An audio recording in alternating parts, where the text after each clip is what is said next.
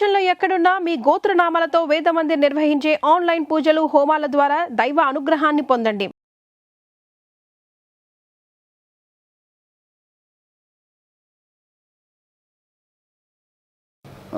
సిరివెల్ల నుంచే two town Nandyal two town తర్వాత Nandyal two టౌన్లో ఉన్నప్పుడు ఒక సీనియర్ పొలిటీషియన్ లీడరు పాపం ఆయన లేడు పెద్ద ఆయన ఆళ్ళగడ్డ మనిషి ద్వారకా లాడ్జ్లో ఒక అతను వేటు కొడుకులు తీసుకొని దొరికినాడు నాకు. దొరికితే నేను లాకప్లో పెట్టి ఉన్నాను. పెద్ద మనిషి భూమా నాగిరెడ్డి పెద్ద ఆయన మంచోడు. అతనికి ఎవరో పాపం రాంగ్ ఆయన దగ్గర ఉంటారు కదా చాలామంది చేయడంతో చాలామందితో వచ్చి స్టేషన్లో లాకప్లో నుంచి తీసుకోవాలని వచ్చినాడు. నేను సీనియర్ లీడర్ కాబట్టి రెస్పెక్ట్గా గౌరవంగా నమస్కారం సార్ అని చెప్పిన. వాడిని తీసిపోతాను నేను అంటే అది సారీ సార్, అది మీరు చెప్పడం రాంగ్, అది మీరు సీనియర్ పొలిటీషియన్గా ఇట్లా మా స్టేషన్కి రావడము కరెక్ట్ కాదు, లాకప్లో ఉండేవాడిని తీసుకోవడం అనేది కరెక్ట్ కాదు. అదే మీ రెడ్డి ఆఫీసర్ అయితే వచ్చేవాళ్ళ, నేను ఎస్టీ ఆఫీసర్ కాబట్టి మీరు వచ్చినారని నేను చెప్పిన. నేను అక్కడ కొట్టిన ఆయనకి చెప్పిన, మీరు నమ్ముతారో లేదో మా పోలీసులు ఒక్కరు లేరు, ఈవెన్ సెంట్రీ కూడా లేడు, వెళ్ళిపోయినాడు. పోలీసులు ఒక్కరు లేరు, 200 మందితో ఆయన వస్తే నాగిరెడ్డి గారు ఓన్లీ మనకు లోకల్ నంద్యాల మీడియా మాత్రం నాకు సపోర్ట్ చేసినారు. ఆ వచ్చిన విలేకరులందరూ మేమున్నాం, నువ్వు ధైర్యంగా ఉండని చెప్పి. అప్పుడు నేను ఆయన ఒక కామెంట్ చేస్తే, నేను పాత నాగిరెడ్డి అయితే అది వేరే ఉండంటే, లేదు సార్ మీరు రాండి అని నా రూమ్లో కూర్చోబెట్టిన. నేను ఎస్టీ ఆఫీసర్ అంటే నువ్వైతే నాకు పైన ఎస్టీ కేసు పెడతావు అన్నాడు. సారీ సార్, నేను మీ చాగల్మరి నాయక్ కాదు, నాది సోన్సో అనంతపురం జిల్లా నాగినీచర్ తాండా, ఐఏఎస్ ఐఆర్ఎస్ హైకోర్టు జడ్జ్ చాలామంది ఆఫీసులు మా తాండాలో ఉన్నారు. మీ చాగలమరి నాయక్ అని నన్ను అనుకోవద్దు. కానీ చాలా యాక్యురసీగా ఉంటారు బయట. నేను చాలా మంచిగా మాట్లాడాను. ఆయన చూడడానికి నవ్వుతుంటారు కానీ ఆయన మాట్లాడాడు. నేను కూడా తెలివిగా నా సెల్ ఫోన్ వీడియో ఆన్ చేసి పెట్టినా. ఆయన ఏం మాట్లాడైతే నేను ఒకటే చెప్పిన, సార్ ఏదైనా నా నుండి రిమార్క్ అయితే మీకు హక్కు ఉంది, మీరు ఎస్పీకి కంప్లైంట్ చేసుకోవచ్చు, లేకుంటే మా డిఎస్పీ గారు ఉన్నారు ఇక్కడ, ఆయనపై కంప్లైంట్ చేయండి, అది ఇది రావడం రాంగ్ రూట్ మీరు అని చెప్పినాను. ఏమన్నారు ఇప్పుడు చెప్తే నేను అప్పుడు ఎస్పీకి ఫోన్ చేసినాడు. కొల్లి రఘురామరెడ్డి ఎస్పీ గారు ఉన్నారు. ఫోన్ చేస్తే ఎస్పీ గారు కూడా చాలా చక్కగా, ఆయన భయపడిపోయినాడు. ఆయన కొత్తోడే కదా డిపార్ట్మెంట్. డిఎస్పీని 4 ఎస్సీలు 50 మంది స్టాఫ్ వచ్చినారు. అప్పుడు అందో ఏం జరుగుతుందో వాడని. అప్పుడు నేను మంచిగా ట్యాక్ట్ఫుల్గా ఆయనతో మంచిగా మాట్లాడి బాగా రెస్పెక్టబుల్గా చెప్తే, ఎస్సీ ఎస్టీ కేసు పెడతామంటే, లేదు సార్ అది కరెక్ట్ కాదు, నేను అట్లా పెట్టను. యాక్చువల్గా అయితే నాకు అవతల పార్టీ వాళ్ళు కొంతమంది పేరు చెప్పకూడదు కానీ వాళ్ళు ఎంకరేజ్ చేసినారు నాకు. నేను సారీ అని చెప్పిన. నేను పోలీస్, నా క్యాస్టే పోలీస్, అది నేను పోలీసు కానీ అట్లా మీరు రాంగ్ గైడెన్స్ చేయడం కరెక్ట్ కాదని చెప్పినాడు. నేను ఆయన వెళ్ళిపోయాడు. నేను చాలా చక్కగా ఆయనకి ఇటువంటి పొలిటీషియన్స్ కి మనం చెప్తే వింటారు. కొంతమంది నేను రాష్గా మాట్లాడలేదు ఆయనతో, మంచిగా పొలైట్గానే మాట్లాడినా. రెస్పెక్ట్ కూర్చోమన్న ఛాయ్ తెప్పిస్తాను, నీ ఛాయ్ అవసరం లేదన్నాడు. చెప్పి ఆయన వెళ్ళిపోయిన తర్వాత జస్ట్ ఒక 20 డేస్కి జనవరి 1 వచ్చింది. అప్పుడే ఈ సీన్ అంతా అయిపోయిన తర్వాత నా పాలసీ ఎట్లంటే, మనం జాబ్ చేసే చోట శత్రుత్వం ఎవరితో పెట్టుకోకూడదు అనేది నా సిద్ధాంతం. అది నా పర్సనల్ ఒపీనియన్. అది పోలీస్ ఆఫీసర్స్కి ఎప్పుడు కూడా శత్రుత్వం ఉండకూడదు. శత్రు చేసే ఉన్నా కూడా దాన్ని మనం కవర్ చేసుకోవాలా. ఎందుకంటే ఆ పరిస్థితుల్లో ఒక్కోసారి చెప్పలేము. అది ఈయన మనము శత్రుత్వం ఈయన ఎక్కువ పెట్టుకున్నామంటే ఉద్యోగం చేయడం చాలా టఫ్ అయిపోతుంది. ఎందుకంటే ఈ అడుగున మనకి ఇబ్బంది అవుతుంది, ఉద్యోగం చేయనీరు. ఏం చేశారు మరి మీరు? అప్పుడు నేనేం చేసిన అంటే జనవరి 1 వస్తానే అప్పుడు ఎమ్మెల్యే గారు శిల్పామోహన్ రెడ్డి ఉండే, ఎస్వి మోహన్ రెడ్డి ఎంపీ గారు ఉండే, వాళ్ళిద్దరిని కనబడిన. మామూలు ప్రొసీజర్ పోయి కలుస్తాం కదా, కలిస్తే ఇతను నా ఏరియాలోనే ఉన్నాడు, పద్మావతి నగర్లోనే. మా డిఎస్పీని అడిగిన, సార్ నా ఏరియాలో ఉన్నారు, మనం ఎందుకు ఆయనతో చెడ్డ కావాలా, నేను ఒకసారి కలిసి వస్తానని చెప్తే, నేను కూడా మంచి పెద్ద దండ వేసుకొని పోతే, నేను వస్తున్నానని ఆడెవరో వాళ్ళ అనుచరులు చెప్తే ఆయనే బయట వచ్చిన. వస్తే నేను ఆయనకి దండేసి నూతన సంవత్సర శుభాకాంక్షలు సార్ అని చెప్తే, ఆయన పర్సనల్ లోపల తీసిపోయి నన్ను టిఫిన్ పెట్టి టీ తాపించి మళ్ళీ రిటర్న్ వచ్చి నాకు ఆయన బండి ఎక్కించిపోయినాడు. వాళ్ళ భార్య చాలా మంచి ఆయన, శోభానగర్ రెడ్డి. నేను సిరివుల సీఏ చేసినప్పుడు ఆమె పరిచయం నాకు బాగా. ఆమె కూడా నాకు సపోర్ట్ చేసింది. అన్నా నువ్వేం వరీ కావద్దులే, నేను నాగిరెడ్డికి చెప్తాలే. అంటే నేను ఎందుకు ఈ మాట చెప్తున్నానంటే మన జర్నీలో తెలియకుండా కొన్ని సమస్యలు భయంకరంగా వస్తాయి పోలీస్ ఆఫీసర్కి. మన కామన్ సెన్స్ చాలా యూజ్ చేయాలి, చాలా ట్యాక్ట్ఫుల్గా మనము ఇచ్చేస్తే మనం సక్సెస్ అవుతాం. లేకపోతే లేని కొన్ని సమస్య మనము నెత్తిని పూసుకుంటాం, అప్పుడు ఎవ్వరు కాపాడరు. ఆ క్షణంలో ఆయనతో వచ్చింది, తర్వాత ఏముంది? నేను ఎందుకు శత్రువులు పెట్టు, నాకు అవసరం ఏముంది? నేను ఆ వ్యక్తి చనిపోయినప్పుడు తెలిసి ఎలా ఫీల్ అయ్యారు? ఆయన మంచి ఆఫీసర్, మంచి వ్యక్తి ఆయన. నాకైతే నా టైంలో ఆయనకేం చాలా లోనికి బాగా బాధపడినా, నేను కూడా బాధపడినా పాపం. అందులో మేడం యాక్సిడెంట్కి చాలా బాధపడి, చాలా మంచి. చనిపోయిన తర్వాత ఆయన సగం కోల్పోయినట్లున్నారు కదండి. ఎవరికైనా అంతే, ఒక బంధం ఉంది, భార్యాభర్తల బంధం. ఆ సీన్ కూడా మేడం చనిపోయిన తర్వాత నుదుటి మీద ముద్దు పెట్టడం, మానవత్వం ప్రేమ ముందర ఎవరైనా జీరో కావాల్సిండేది. ఓకే. తర్వాత నంద్యాల తర్వాత వచ్చారు, డిఎస్పీ ప్రమోషన్ వచ్చిందా? తర్వాత మళ్ళీ అగైన్ మా రాజ్యం అక్కడ పోయినా, చిత్తూరు జిల్లా 2014 ఎలక్షన్ వచ్చింది. 2014 ఎలక్షన్ వస్తే ఎలక్షన్ కోడ్ వర్తిస్తుంది, నువ్వు కూడా పోవాల్సిండేదని చెప్పి నన్ను మొలకల చెరువు అని చిత్తూరు జిల్లాకి ఇష్టం.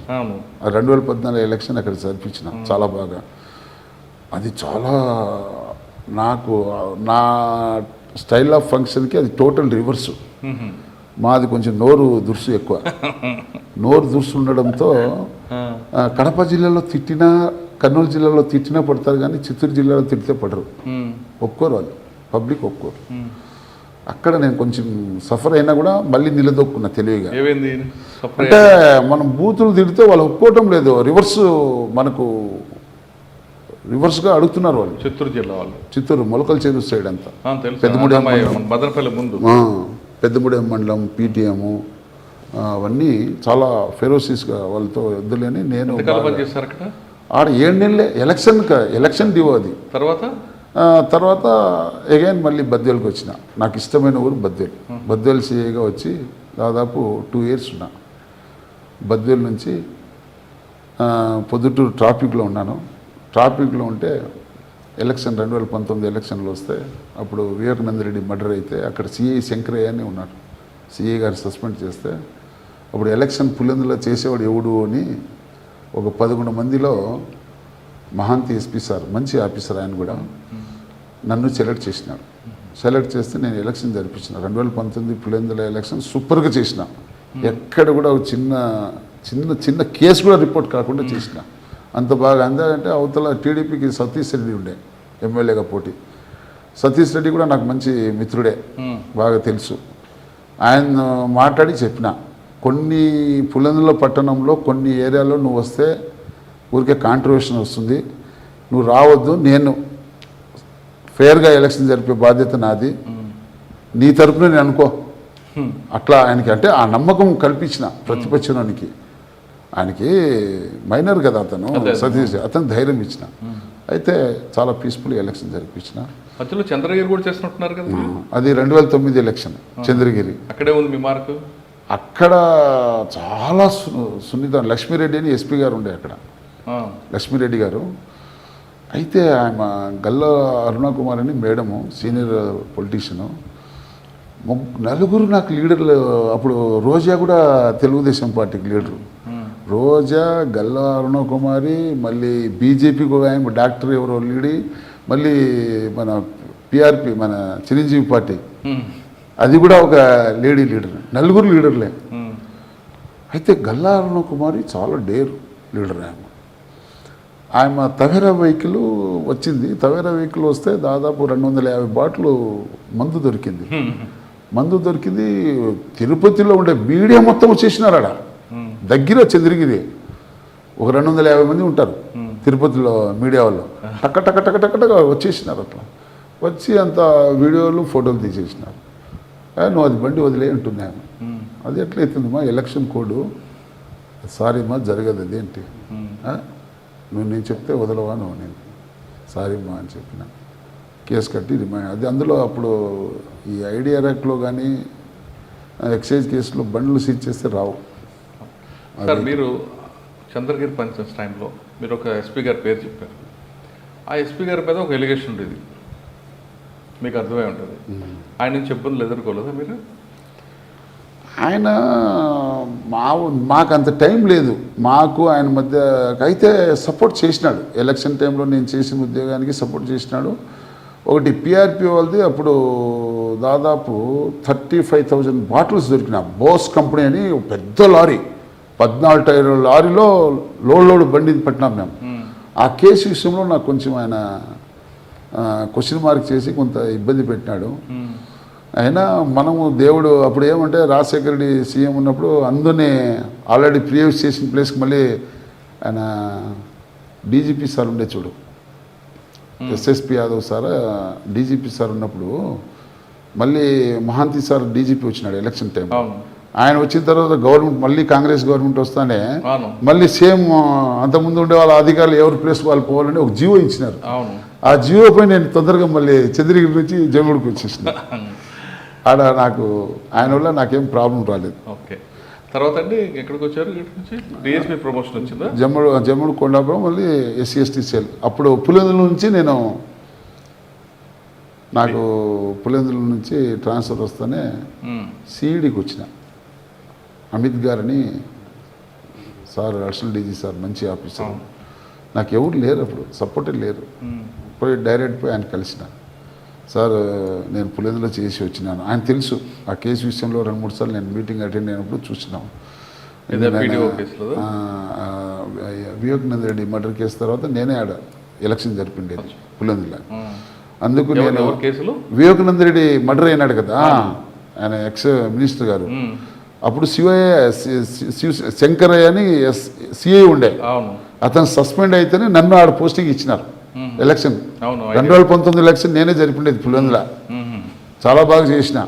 అప్పుడు నాకు పోలీస్ ఆఫీసర్లు కూడా మోసం చేస్తున్నారు వాళ్ళ మాటిని. ఎవరు?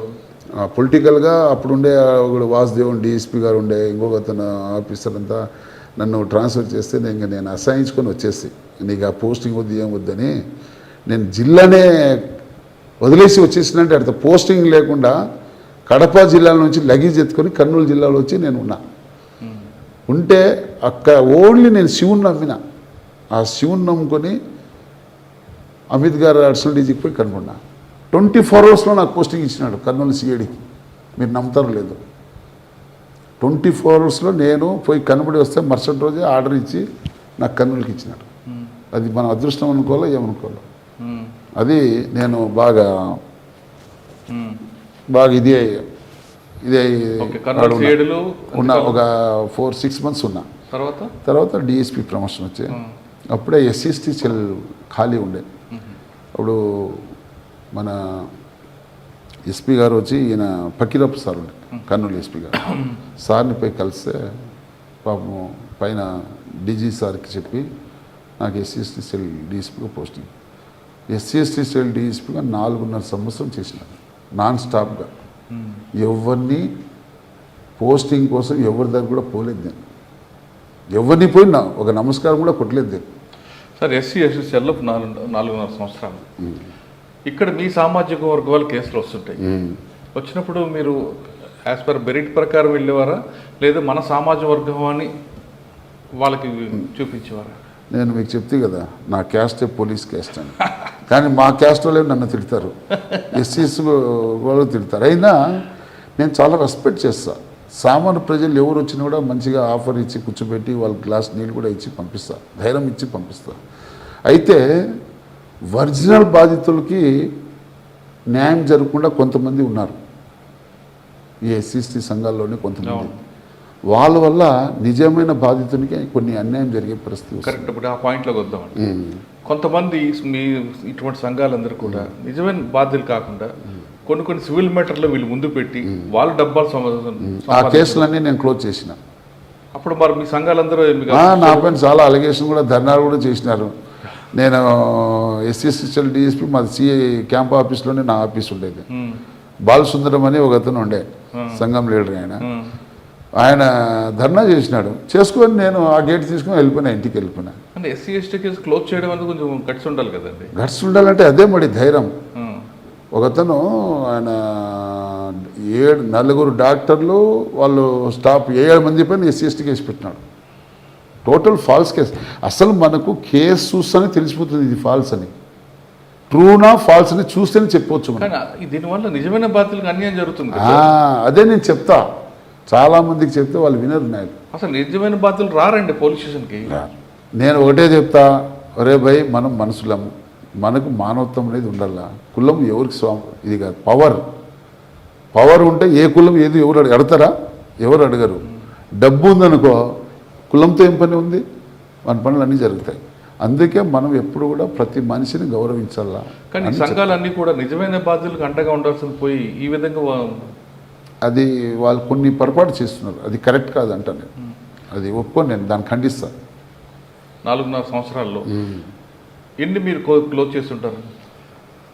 నాకు తెలిసి ఒక 50% క్లోజ్ అయింటాయి నా దగ్గర కేసులు. 50% ఫాల్స్ కేసు, 50% నేను ఛార్జ్ చేసిన. అయితే చాలా కొన్ని జెన్యున్ కేసులు నేను చాలా ఫైట్ చేసిన. పత్తికొండ జొన్నగిరి లిమిట్స్లో పెసర్రాయ్ ఒకటి, ఒక జొన్నగిరి దగ్గర ఒక ఊరు ఉంది, అది అవును గోల్డ్ కంపెనీ, ఒకటి గోల్డ్ మైన్. బోయా కమ్యూనిటీ అమ్మాయిని ఎస్సీ అబ్బాయి తీసుకున్నాడని మొత్తం 12 హౌస్లు మొత్తం నానా బీభత్సంగా మొత్తం పగలు కొట్టేసి ఇంట్లో సామాగ్రి అంతా ధ్వంసం చేసినారు. ఆ కేసుని నేను ప్రాణం పోసిన. అప్పుడు యాక్చువల్ 307 లేదు, దానికట్లా 307 వేసి దాదాపు 65 మందికి జైలు పంపించిన. కానీ లాస్ట్లో రాజీ అయిపోయినారు వాళ్ళు. ఆ కేసు చేతులు కాదు కదా వాళ్ళు. ఇప్పుడు ఎస్సీ ఎస్టీ కేసుల్లో విక్టిమ్ ఎస్టీ, అక్యూజ్డ్ ఎస్సీ అనుకోండి, అది రాదు, ఎస్సీ ఎస్టీ రాదు. రాదప్పుడు. కానీ కొంతమంది పెట్టిస్తుంటారు. పెట్టేదంటే దాంట్లో ఇంకొకడు ఉంటాడు ముద్దాయి, అదర్ క్యాస్ట్ వాడు ఉంటాడు. ఎస్సీలు ఉండి ఇంకో ముద్దాయి, ఇప్పుడు A1 to A4 నలుగురు ఎస్సీలు ఉంటూ A5 అదర్ క్యాస్ట్ వాడు ఉన్నాడు అనుకో, అది ఆ వాన్ కోసం వస్తుంది ఆ యాక్ట్. కానీ ఒక ఎస్సీ అమ్మాయి ఒక ఎస్సీ అబ్బాయి ప్రేమించుకున్నారు, లేదా ఎస్టీ అబ్బాయి ప్రేమించుకున్నారు, ఇక్కడ వీళ్ళిద్దరికీ ఎందుకు కాంప్లెక్స్ వస్తుంటుందండి? కాంప్లెక్స్ అనేది ఇప్పుడు చాలామంది యూత్లో, ఫస్ట్ యూత్కి అసలు సబ్జెక్టే తెలియదు చాలామందికి. ప్రతి ఒక్కడు ఫ్యాషన్గా ఫీల్ అవుతున్నారు. అసలు నువ్వు నీ యొక్క స్థాయి ఫస్ట్ నువ్వు గుర్తించుకోవాలి. అంటే మనం ఏ పొజిషన్లో ఉన్నామో, మనం ఫ్యామిలీ ఏ విధ పొజిషన్లో ఉంది, మనం ఏ రూట్కి వెళుతున్నాము, మనం పోయే మార్గం మంచి మార్గం ఉందా, చెడు మార్గం ఉందా అనేది అతని భవిష్యత్తు గురించి ఆలోచన చేయాలి. అవి చేయకుండా అదొక ఫ్యాషన్ అయిపోయింది. లవ్ అంటే ఒక ఫ్యాషన్ అయిపోయింది. దానివల్ల వాళ్ళకి ఫైనాన్స్ ప్రాబ్లం వస్తే బ్రేక్ అయిపోతుంది చాలా. ఒక ఎస్సీ అమ్మాయిని ఒక ఎస్సీ అబ్బాయి రేప్ చేశాడు అనుకోండి, అది మరి కొంతమంది ఎస్సీ కేసు పెట్టాలనుకుంటారు. రాదు, అది ఎస్సీ ఎస్టీ రాదు, మామూలు రేప్ కేసు వస్తుంది. రేప్ కేసు ఎస్సీ ఎస్టీ రాదు. ఎస్సీ ఎస్టీ తర్వాత ఇప్పుడు మీరు ఎక్కడికి వచ్చారు నెక్స్ట్? ఏలూరు పోయింటి నేను. Eluru SC ST cell DSP 7 months ఏమున్నా. కానీ అక్కడ ఎక్కువ ఉంటాయండి ఎస్సీ ఎస్టీ కేసు? ఉన్నాయి చాలా మంచి కేసులు ఉన్నాయి. ఒకటి చేపల చెరువు కేసు నేను చాలా చక్కగా ఇన్వెస్టిగేషన్ చేసినాను. అయితే ఆడ మనకు చాలా టఫ్ అవుతుంది, నాకు చాలా టఫ్ అయిపోయింది. నేను ఏం చేసినా అంటే ఇదంతా పెద్ద సమస్య వస్తుందని తెలివిగా బయట పోతే నా డ్రైవర్ మాట్లాడేవాడు, ఎందుకంటే వాళ్ళ మనుషులే కదా, వాళ్ళ లాంగ్వేజ్ వాళ్ళకి అర్థమైతే. ఆఫీస్లో నా రైటర్ మాట్లాడేవాడు. వాళ్ళంతా ఏంది మీ డిఎస్పీ మాట్లాడు అంతా మీరే మాట్లాడతారని చెప్పేవాళ్ళు వాళ్ళు. లేదే మా డిఎస్పీ కొంచెం రాయలసీమ నుంచి వచ్చినాడు, కొంచెం లాంగ్వేజ్ ఏదైనా తేడా వస్తే మళ్ళీ మీరు అపార్థం. అయితే అక్కడ చాలా జాగ్రత్తగా ఉండాలి. మనం ఇక్కడ బండ బూతులు తిట్టేస్తాం రాయలసీమలో, ఏకవచనంతో మాట్లాడతాం. ఇక్కడ అక్కడ ఏకవచనంతో ఏకవచనం కూడా ఒప్పుకోరు వాళ్ళు. మనం కామన్గా ఈడెవడో నల్లగున్నా ఏమరా నల్లగున్నా ఉంటాం, మనం కామన్ చెప్పేస్తాము. నువ్వు అక్కడ నల్లగున్నా ఉంటే వాడు అది చాలా పెద్ద ఇన్సల్ట్గా ఫీల్ అవుతాడు. ఆయన చాలా జాగ్రత్త ఉండాలి సార్. అక్కడ ఎస్సీ ఎస్టీ కేసులు అయిందనుకోండి, ఎంక్వైరీ మీద వచ్చినప్పుడు ఆపోజిట్ పార్టీ అదర్ క్యాస్ట్ వాళ్ళంతా సూట్ కేసులు బ్యాగులతో తిరుగుతుంటారు, చేపల చెరువులు ఉంటాయి కదా. మీకేం ఆఫర్లు వచ్చాయి అప్పుడు? అట్లా మనం అనుకుంటాం కానీ అయితే చెప్పలేము. అది కొన్ని సందర్భాల్లో ఎట్లుంటాయో తెలియదు. అయితే చాలా తెలివివంతులు. అట్లా నేను మోసపోయినాం అనుకో, వెనక నుంచి కూడా వేస్తాడు బాణం. అది కూడా రకాలు ఉంటాయి. ఒకటి భోజనాలతో ముందు లొంగ తీసుకొని చూస్తారు, అక్కడికి వినకపోతే అప్పుడు బ్యాగులు పంపిస్తుంటారు. ఈ రెండిట్లో మీకు ఏమైనా వచ్చాయా? మనకైతే ఆ ప్రాబ్లమ్స్ రాలేదు. మనం 7 months ఉన్నాము లక్కీగా. మళ్ళీ మన హానరబుల్ సీఎం గారు వస్తానే మాకంత ఎస్టీ ఆఫీసర్లు కూడా నాకు పులివెందుల డిఎస్పీకి ఫస్ట్ టైం పోస్టింగ్ ఇచ్చినారు ఇద్దరికి. అక్కడ నుండి ఆత్మకూరు పడేశారా? ఆత్మకూరుకి వచ్చినట్టు గ్రేటే కదా. ఆత్మకూరు ఎంతకాలం నుంచి ఉందండి? నేను 5/8/2024 నుంచి ఉన్నాను. ఒకప్పుడు ఆత్మకూరు అంటే నక్సల్స్ ప్రభావిత జిల్లా, ఇప్పుడు అసలు ఏమీ లేదు. అయితే ఆత్మకూరు ఏరియా, నందికొట్కూరు ఏరియా గ్రామీణ ప్రాంతాలు ఎక్కువ, చాలామంది రైతులు ఉన్నారు, చాలా మంచివాళ్ళు, చాలా మంచివాళ్ళు, చెప్తే వింటారు.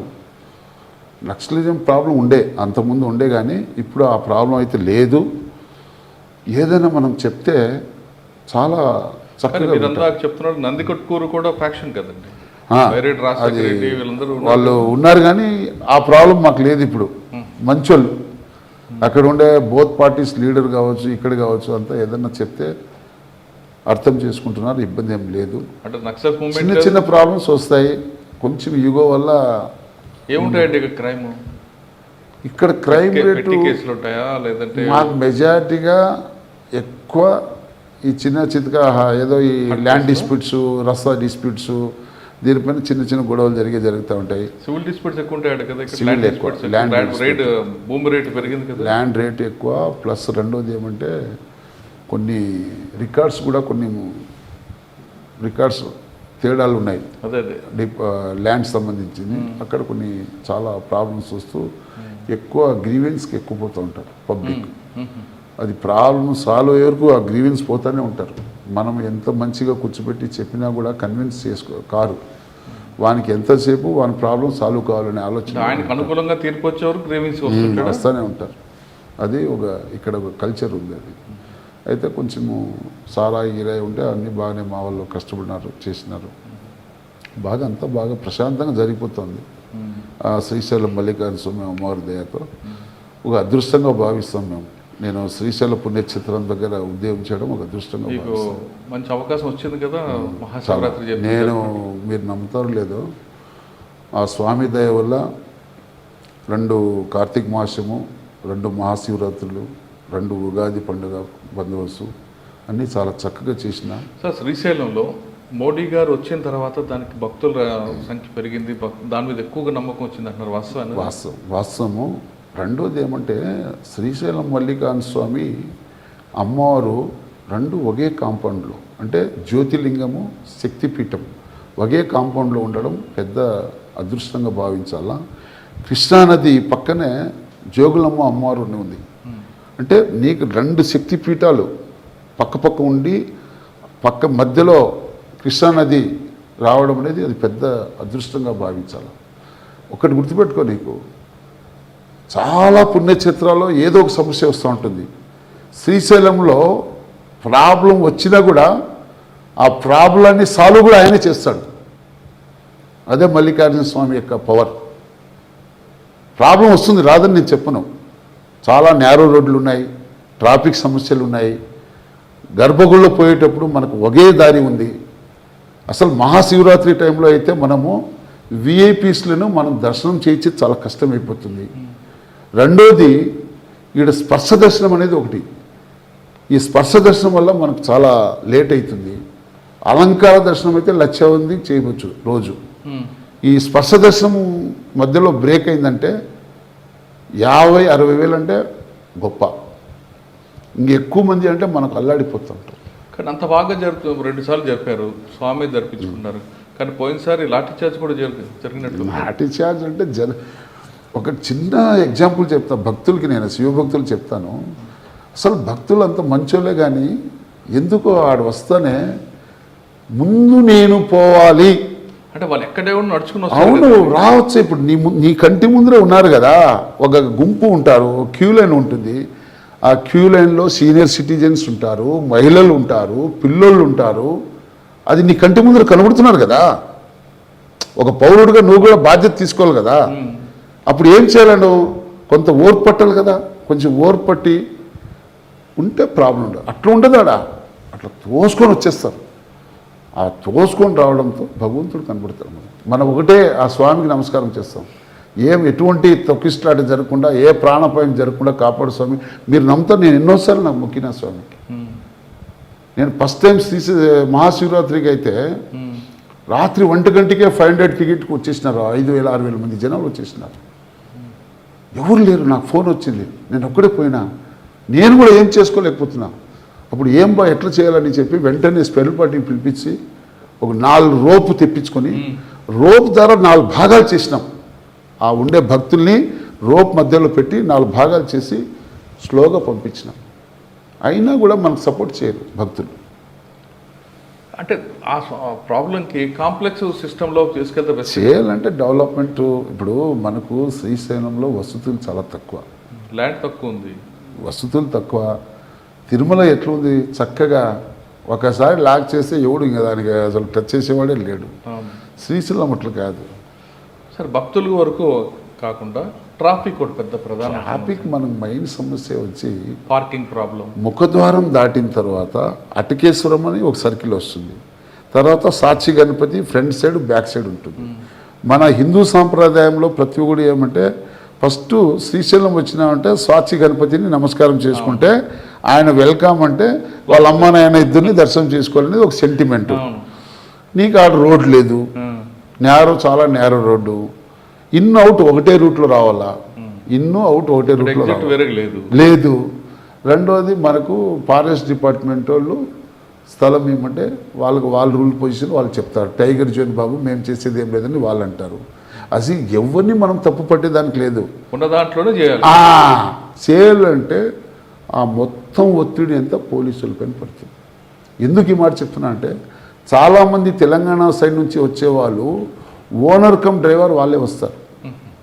ఆ ఘాట్ రోడ్లో వచ్చేటప్పుడు ఎక్స్లేటర్ ఎక్కువ ఒత్తడంతో బండి హీట్ అయిపోతుంది. ఒక్క బండికిన బ్రేక్ డౌన్ అయిందనుకో 45 మినిట్స్ పడుతుంది ట్రాఫిక్ క్లియర్ చేయాలంటే. ఒక్కసారి బ్రేక్ జామ్ అయిందంటే ట్రాఫిక్, మళ్ళీ నువ్వు బండిలో పోలేము. మనం ఏ జీప్ పోలీస్ బండి ఏది పోదు, మనం కూడా బైక్ వేసుకొని సైడ్లో పోవాలా, మొత్తం జామ్ అయింది. అది క్లియర్ చేయాలంటే ఏ ఆఫీసర్ అయినా కానీ, ఎంత పవర్ఫుల్ ఆఫీసర్ అయినా కూడా అది క్లియర్ చేయాలంటే 45 మినిట్స్ పడుతుంది. అంతలో మన సోదరులు ఉన్నారు కదా మీడియా మిత్రులు, పట్ట పట్ట పట్ట పట్ట వాలిపోతూ ఉంటాయి సోషల్ మీడియా అంతా. Srisailam traffic jam, Srisailam traffic jam అంటారు. ఇంకా మాకు పైనుంచి ఫోన్లు వస్తే మాకు చింతపూడి చేస్తారు. ఏం చేస్తున్నారు మీరు అంటారు. అసలు ఆడు ఎవరున్నా కూడా ఏం పైనుంచి ఆఫీసర్లో ఊరికే ఉంటారా, ఏం చేస్తున్నారు అంటారు. అందుకే సార్ ఇప్పుడు మీరు తెలంగాణ వచ్చిన వాళ్ళకి మీరు ఏం సలహా ఏం చెప్తారు? వాళ్ళు వచ్చేటప్పుడు జనరల్గా మన సైడ్ తెలంగాణ వాళ్ళంతా శని ఆది సోమ ఎక్కువ మంది వస్తారు. ఎందుకంటే ఒక సెంటిమెంట్. డ్రైవర్తో రమ్మంటారా? డ్రైవర్ అంటే కరెక్ట్ పర్సన్ ఉండాలి కదా బండి తోలేవాడు. డ్రైవర్ చాలా మంది కదా, మాకు వీకెండ్ మేమే వస్తాం, మేము సాయంత్రం వెళ్ళిపోవాలి. అదే వచ్చింది. ఆ డ్రైవర్కి ఇవ్వాలంటే 2,000 ఇవ్వాలి కదా. అదే కేఎఫ్సీలో పోయి 3,000 4,000 అయినా పెట్టేస్తారు. డ్రైవర్కి ఇవ్వాలంటే కష్టం, మనసు ఒప్పు. అది మనిషి యొక్క సైకాలజీ, దాన్ని మనం ఎవరిని కామెంట్ చేసేట్లేదు. అంటే శ్రీశైలంలో ఎటువంటి ఇబ్బంది లేకుండా దర్శనం చేయించే బాధ్యత మీ భుజంగా స్వామిదే ఉంది. అందుకే ఒక్కొక్కసారి నేను లోకల్ డీఎస్పీ అయినా కూడా నాకు కూడా దర్శనం దొరకదు. అందుకే మేము ఎక్కువ గజస్తంభాన్ని నమస్కారం చేసుకుని పెద్ద నందికి మొక్కుతాం. ఎక్కువ పెద్ద నంది ఉంది కదా లోపల, ఆయనకు మొక్కేస్తాం మేము. ఎందుకంటే ఎక్కువ పోయి జనాలు ఎట్లా అంటే క్యూలో ఉంటారు. నేను యూనిఫామ్లో పోయినా కూడా నన్ను కూడా కేకలేస్తారు, నువ్వు ఎట్లా పోతావు అంటారు. ఇంకేమంటాం భక్తులకి, మనం ఏమంటలేం భక్తులకి. సరే, శ్రీశైలం గురించి బాగా చెప్పారు మీరు. నెక్స్ట్ మనం ఒకసారి మాట్లాడుకుందాం. మీరు డిపార్ట్మెంట్కి వచ్చినప్పుడు రెడ్ బుల్లెట్ వేసుకొని వెళ్తుంటే ఆ సౌండ్కి ఒక రెస్పెక్ట్, ఒక భయం ఏదో రకంగా ఉంటుంది. ఇప్పుడు క్రమేపీ అసలు మీరు అన్నారు బుల్లెట్లు అందరూ వాడుతున్నారు. ఇప్పుడు పోలీసులు కాదు, క్రిమినల్స్ కూడా వాడుతున్నారు. ఇటువంటి జనరేషన్ మారబట్టి ఆ పోలీసుల మీద భయం పోయిందా, లేదు ఇప్పుడు జనరేషన్ మారిపోయి వీళ్ళందరికీ పోలీసులు అంటే ఏమన్నా ఏంటి, వాడికి తేడా ఏంటి, నాకు వాడికి తేడా ఏంటి, వాడు ఒక యూనిఫామ్ వేసుకున్నాడు యూనిఫామ్ వేసుకోలేదు అని చూపించడానికి కారణం ఏముంటుంది? అంటే పబ్లిక్లో మంచి అవేర్నెస్ వచ్చింది బాగా. ప్రతి ఒక్కరు చదువుకున్నారు, ప్రతి ఒక్కరికి వారి యొక్క హక్కుల గురించి తెలుసు, ప్రాథమిక హక్కుల గురించి తెలుసు. మనం ఎందుకు ఒకరికి భయపడాలనే ఫీలింగ్లో పబ్లిక్ ఉన్నారు. ఆ పాతకాలంలో పోలీసు ఇప్పుడు జరగదు. ఇప్పుడు టెక్నాలజీ కూడా చాలా పెరిగింది. ఆ టెక్నాలజీ పాటు మన పోలీసులో కూడా మార్పు రావాలా. ఎందుకు చెప్తున్నానంటే మనం మాట్లాడే భాష కూడా కరెక్ట్గా ఉండాలా, రెస్పెక్ట్ఫుల్గా మాట్లాడాలా. ఓర్పు ఉండాల. పోలీస్ ఆఫీసర్కి చాలా ఓర్పు ఉండాలి. ఓర్పు లేకపోతే చాలా కష్టం. కొంతమంది తెలియని వాళ్ళు ఉంటారు, రైతులు వస్తారు, టక్కనే ఏకవచనంతో మనం కూడా మాట్లాడిస్తాం. మనం ఏం చేస్తాం? ఆయన రైతు, నేను చదువుకున్నాడిని, బట్ నా కామన్ సెన్స్ ఉండాలా, ఆయనకు ఉండాలా, నాకే ఉండాలా. కాబట్టి అది మేము తెలుసుకోవాలా. పోలీస్ ఆఫీసర్ అనే అతను ఫస్ట్ మనం తెలుసుకోవాలా. పబ్లిక్ నుంచి మనకు చిన్న పొరపాటు జరిగినా అది మనం ఓర్పుతో దాన్ని మనం మింగి ప్రజలకు సేవ చేసేదానికి మనం వచ్చినాం కాబట్టి ఒక అదృష్టంగా భావించాలి. అయితే ఆ జనరేషన్ ఇప్పుడు రాబోయే పోలీసులో చాలామందికి ఎందుకు లేదంటే ప్రతి ఒక్కడు ఊహాలోకంలో బతకడం. ఎంతసేపు నేను అనుకునేది జరగాలంటే అది జరిగే పని కాదు. మనం ఏం రాజులు కాదు, మనం ప్రజాస్వామ్యంలో ఉన్నాం. ప్రజాస్వామ్యం అనేది ప్రతి ఒక్కరికి హక్కు ఉంది. అది నీకు నాకు ఒక్కరికి లేదు, ప్రతి పౌరుడికి కూడా హక్కు ఉంది. వాళ్ళకి మనం గుర్తించి గౌరవం ఇవ్వాలి, రెస్పెక్ట్ ఇవ్వాలి. అది చాలామందికి తెలియదు. అది అందులో చాలామంది పోలీసుతో ఫ్రెండ్ సర్కిల్గా ఉండేవాళ్ళు కావచ్చు, పోలీసులతో బంధువు ఉండే వాళ్ళకే పోలీసులు బాగా తెలుసు. జనరల్ పబ్లిక్ పోలీసులు తిట్టుకుంటారు. ఎవరు కూడా నేను ఒకసారి ఇది కడపలో అట్టాడి బాపూజీ సార్ ఉన్నప్పుడు, ఎస్పీ గారు ఉన్నప్పుడు నాకు రామంజీ నువ్వు ఒక 1 month హై స్కూల్లో పోయి క్లాసెస్ చెప్పాలని చెప్తే నేను ఒక 40 జెడ్పీ హై స్కూల్లో ప్రోగ్రామ్ కండక్ట్ చేసి చెప్పిన. ఎవరు ఏం చూసినా ఫస్ట్ ఏమనంటే పోలీసు వాళ్ళకి ఏమంటే కరప్షన్ అంటారు. అది జనరల్, అది ఒక అలవాటు, ఊతుపదంగా అలవాటు పడిపోయింది పబ్లిక్లో. కానీ పోలీస్ డిపార్ట్మెంట్కి ఒక మైనస్ ఎక్కడుందంటే వసతులు తక్కువ, ప్రజలకు సేవ చేయాలా. ఒక మిస్సింగ్ కేసు వచ్చింది అనుకో, మిస్సింగ్ కోసం కేసు కోసం పోవాలంటే దానికి అన్ని వెహికల్, దాని ఖర్చులు అన్నీ ఉంటాయి కదా. దానికి ఎవరు సపోర్ట్ చేయరు. ఎవరు చవలా? ప్రజలేం పోయాల. ఆ ఒత్తిడి పోలీస్ డిపార్ట్మెంట్ వల్ల ప్రజలకి ఇబ్బందిగా ఉంది. దానివల్ల మిస్సింగ్ కేసులో గవర్నమెంట్ సపోర్ట్ చేస్తుంది కదా, మీ రేడియో మెసేజ్ అని లేదా అవన్నీ మనం ఒక ఆఫీసర్గా నేను కామెంట్ చేయకూడదు. ఎందుకంటే ఎవరి బాధలు వాళ్ళకు ఉన్నాయి డిపార్ట్మెంట్లో. మందంతా చిన్న ప్రాణం మంది, పెద్దల గురించి మనకు అవసరం లేదు. ఎందుకంటున్నా అంటే ఆ టెక్నికల్ ప్రాబ్లం ఉంది మెజార్టీగా. అందుకే పోలీస్ డిపార్ట్మెంట్కి పబ్లిక్లో మైనస్ అంటే అదే కారణం. ఓకే, ఫైనల్గా చెప్పండి, పోలీస్ డిపార్ట్మెంట్ రావాలనుకున్న వాళ్ళకి మీరు ఇచ్చే మెసేజ్ అంటే సాధారణంగా పోలీస్ డిపార్ట్మెంట్కి వెళ్తే డబ్బులు వస్తాయి, పవర్ ఎంజాయ్ చేయొచ్చు అని కొంతమంది భావిస్తారు. కొంతమంది నిజంగానే సిన్సియర్గా పబ్లిక్ సర్వీస్ చేద్దామని వస్తుంటారు. కానీ సర్వీస్ చేద్దామని వచ్చిన వాళ్ళకి వాళ్ళ ఫ్రెండ్స్ అందరూ కూడా యూఎస్లో సెటిల్ అయిపోయి డబ్బులు లక్షలు సంపాదిస్తారు. ఇక్కడికి మాత్రం ఈయనకి ₹1,00,000 రావడానికి చాలా కష్టపడుతుంటాడు. ఆయనలో ఒక నెగిటివ్ మైండ్ సెట్ వస్తుంది, పోలీస్ డిపార్ట్మెంట్ ఎందుకు వచ్చాను రా. ఈ మైండ్ సెట్తో వచ్చిన వాళ్ళకి మీరు ఏం చెప్తారు? పోలీస్ డిపార్ట్మెంట్లో మెయిన్ ప్రాబ్లం ఎక్కడంటే పని ఒత్తిడి ఎక్కువ ఉండడం. అవునండి, 24/7 ముందు తెలుసుకొని రావాలి కదా. అది తెలుసుకొని రావాలంటే వాడు అదే ఇష్టపడి రావాలా. ప్రజలకు సేవ చేయాల, నేను నా సర్వీస్ అంటే నా మొత్తం నా లైఫ్ ప్రజలకు సేవ చేయాలనే ఒక మోటివేట్తో రావాలా. మనిషికి పేషెన్స్ కూడా చాలా అవసరం, ఓర్పు లేకపోతే కష్టం. ఇప్పుడు మనం జర్నీ చేస్తూ ఉంటాం, మన జర్నీలో ఎన్నో కష్టాలు రావచ్చు, ఎన్నో ఇబ్బందులు రావచ్చు, ఎన్నో సమస్యలు రావచ్చు, మంచి కూడా జరగచ్చు. అది మన చేతుల్లో లేదు. మంచిది వచ్చినప్పుడు ఏ విధంగా ఆనందపడతామో, చెడు జరిగినప్పుడు కూడా దాన్ని ధైర్యంగా ఎదుర్కోవాలి. అప్పుడే మనం సక్సెస్ అవుతాం. అట్లా లేని వాళ్ళు చాలామంది అనారోగ్యంతో బాధపడి మా పోలీసులు చాలామంది టెన్షన్తో డిపార్ట్మెంట్ రావాలనుకుని ఏం చెప్తుంటారు మీరు? రమ్మంటారా లేదా ఈ 24/7 పోలీస్ డిపార్ట్మెంటు? నేను నా 31 సంవత్సరంలో ఒక చిన్న ఎగ్జాంపుల్ చెప్తాను. నేను దూర్ ఎస్ఐగా ఉన్నా 99లో. ఒక జిల్లా జడ్జి గారు నా బార్డర్ అంటే పక్కనే రాజపాలెం మండలం ఉంది, దూర్ మండలంకు బార్డర్లో అతనికి ఒక 40 ఎకరాల పొలం ఉంది. ఆయన పొలం పక్కనే 6 ఎకరాల పొలం ఒక ముస్లిమ్స్ అతనికి ఉంది. ఈ 6 ఎకరాల్లోనే బోర్ వేస్తే బోర్ నీళ్ళు 3.5 ఇంచు నీళ్ళు వచ్చింది, బోర్ పడింది. ఇతను 40 ఎకరాల పొలంలో ఎన్ని 5-6 బోర్లు వేసినా ఎక్కడ కూడా నీళ్ళు పడలేదు ఆయనకి. నీళ్ళు పడకపోతే అతను జడ్జిగా సివిల్ కేసు చేసుకుంటే అది 5 ఏళ్ళు కావచ్చు, 6 ఏళ్ళు కావచ్చు. కానీ ఆయన నన్ను ఫోన్ చేసినాడు, అప్పుడు సెల్ ఫోన్ లేవు, ల్యాండ్ ఫోన్. బాబు నేను జడ్జి మాట్లాడుతున్నాను, నాకు చిన్న ఇష్యూ ఉంది, దాన్ని సాల్వ్ చేయాలంటే అయితే మీరు రాండి సార్ అన్నా. నేను నేను జిల్లా జడ్జి అన్నాడు. సార్ ఎవరైనా బాధితుడే, మీరు వస్తే నేను ఆయన పిలిపిస్తా, నేనైతే మీ దగ్గర రాలేను కదా అని చెప్పిన. ఆయన కొంత ఇన్సల్ట్గా ఫీల్ అయినాడు. తర్వాత అర్థం చేసుకున్నాడు. చేసుకున్న తర్వాత వచ్చినాడు. వస్తే నేను కూడా మంచిగా రిసీవ్ చేసుకొని ఛాయ్ తెప్పించిన. ఛాయ్ది ఆ రైతుని పిలిపించిన. అతను మొండోడు, వినలేదు. 2 times పిలిపించిన, వినలేదు. 3వసారి ఆయన కూడా మంచిగా చెప్పి, ఒరే తమ్ముడు ఎందుకు కోప్పడతావు, ఆయన ఏమంటాడు, నీళ్ళు అడుగుతున్నాడు, ఏదో చెట్లు వేసుకోవాలా, నీళ్ళు చెట్లు, నీకు దాని రెంట్ కట్టిస్తాను నేను, నువ్వు ఎందుకు ఫీల్ అవుతావు, నువ్వు మంచిగా ఉన్నావు అనుకో, నువ్వు హ్యాపీ, ఆయన హ్యాపీ. అదే మీ మధ్యలో శత్రుత్వం పెంచుకున్నావు అనుకో, అది ఏమైనా జరగవచ్చు, అది భవిష్యత్తులో ఏమైనా జరగవచ్చు, దాన్ని మనం ఆన్సర్ చేయలేం అని చెప్తే అప్పుడు ఆయన విన్నాడు. అట్లా ఆయనకి నెలకి ఇంత డబ్బు కట్టేటట్లు జడ్జి గారు అట్లా నీళ్ళు ఇప్పించిన. అప్పుడు ఆయన సెకండ్ టైం వచ్చినాడు జడ్జి. వచ్చి నాకు థ్యాంక్స్ చెప్పి ఇప్పుడు ఫ్రూట్స్ ఏవో తెచ్చి ఇచ్చి, అంటే నేను ఎందుకు ఈ మాట చెప్తున్నానంటే, ఒక పోలీస్ ఆఫీసర్కి ఉంటాయి. మనం ఎన్ని చట్టాలు ఎన్ని రకాలు మాట్లాడుకున్నా కొన్ని సింపుల్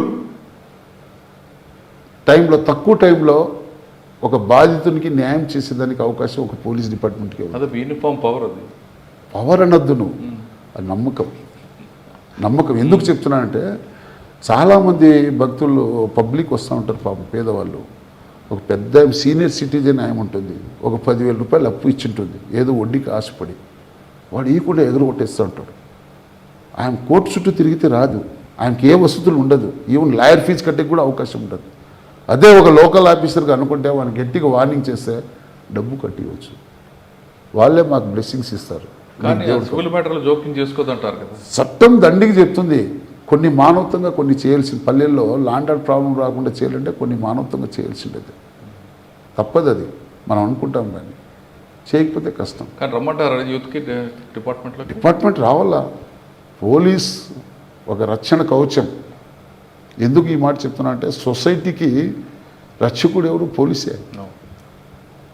నీకు ప్రశాంతమైన వాతావరణం ఉంటే ఏ ఊరు కానీ ఏ గ్రామం కానీ ఏ దేశమైనా సక్సెస్ఫుల్ అవుతుంది. అది లేనప్పుడు ఏమవుతుంది? విభత్సానికి దారితీస్తుంది. అందుకే పోలీస్ వ్యవస్థ మంచి చదువుకున్న యూత్లు వస్తే వాళ్ళకున్న టెక్నాలజీలతో, ఇప్పుడుండే టెక్నాలజీ అఫెన్స్ ఎక్కువ ఉన్నాయి, ఇప్పుడు సైబర్ క్రైమ్స్ ఇవన్నీ ఎక్కువ ఉన్నాయి, వాటినన్నిటిని అరికట్టాలంటే పోలీసులో కూడా మంచి టెక్నికల్గా బాగా నైపుణ్యం కలిగిన వాళ్ళు రావాలా. వస్తేనే మనం సక్సెస్ అవుతాం. అందులో చాలామంది ఏజ్ పర్సన్స్ ఉన్నారు, ఆరోగ్యంగా బాగా హెడ్ కానిస్టేబుల్ ఏఎస్ఐలు, వాళ్ళకి ఇబ్బందిగా ఉంటుంది. అది మనం